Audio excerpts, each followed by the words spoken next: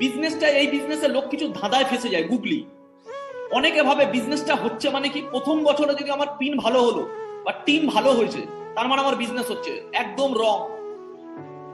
প্রথম বছরে পিন ভালো হওয়া বা টিম ভালো হলে কারোর বিজনেস হওয়া বলে না।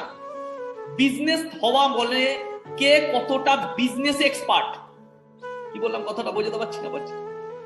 বিজনেস হওয়া মানে হলো বিজনেসে কতখানি এক্সপার্ট, আর বিজনেসে এক্সপার্ট মানে হলো বিজনেসটা কতখানি আমি জানি, বিজনেসটা নিয়ে আমি কতখানি নলেজ রাখি। আমার টিম প্রচুর বড়। প্রথম বছরে আমি অনেক কেউকে দেখেছি আমার টিমে আছে প্রথম বছরে প্ল্যাটিনাম। প্রথম বছরে প্ল্যাটিনাম মানে প্রথম বছরে সে প্ল্যাটিনাম হয়ে গেছে, প্রথম বছরে সে মিনিমাম 5-6 লাখ টাকা কামিয়ে ফেলেছে। প্রথম বছরে কেউ 3 লাখ 4 লাখ 5 লাখ টাকা কামিয়ে ফেলেছে, কিন্তু আজকে তারা বিজনেসে নেই। কারণ তারা বিজনেস জানেই না। বুঝতে পারছি না? পাচ্ছি।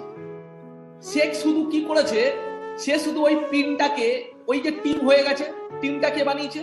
এবং মানে মজার বিষয়, যারা প্রথম বছরেই গোল্ড হয়ে যায়, প্ল্যাটিনাম হয়ে যায়, আমি ম্যাক্সিমাম ক্ষেত্রে দেখেছি তারা ওই প্রথম বছর সব আনসিরিয়াসই থাকে। 90% ক্ষেত্রে আনসিরিয়াস। প্রথম বছরে পিন বড় কিন্তু সে আনসিরিয়াস। তার মানে টিম আছে, পিন আছে, টাকা আছে, কি নেই?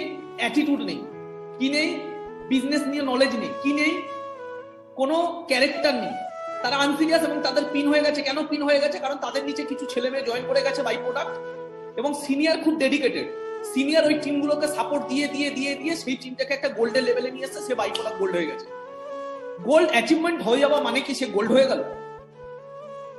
গোল্ড অ্যাচিভমেন্ট মানে সে গোল্ড হয়ে গেল না। গোল্ড হওয়ার কোয়ালিটি তার ভেতরে আছে কিনা সেটা হলো আলটিমেট। আমার 1 বছরের দরকার নেই, আমি 5 বছরে গোল্ড মারবো, কিন্তু গোল্ড হওয়ার কোয়ালিটি আমার ভেতরে যদি থাকে, বছরে আমি যদি 2 লাখ কামাই, ওই 2 লাখ টাকা আমার থেকে কেউ ছিনতে পারবে না। আমি 2 লাখকে 4 লাখ করতে পারবো, কিন্তু 2 লাখকে কেউ জিরো করতে পারবে না বা 1 টাকাও কমাতে পারবে না। That's call quality. তো আমরা ভুল জায়গায় দৌড়াই। যেমন এডুকেশনে মানুষের ফোকাস থাকা উচিত কেন? আমাকে যদি কেউ জিজ্ঞাসা করে তাদের এডুকেশনের কোনো গুরুত্ব আছে, আমি বলবো 100% আছে, 1000% আছে। কিন্তু লেভেল অফ এডুকেশন, আমরা যে এডুকেশন নিয়ে পড়াশোনা করি, ইতিহাস ভূগোল, ওইটা না। লেভেল অফ এডুকেশন নিয়ে যে এডুকেশন আমার জীবনে কাজে লাগে।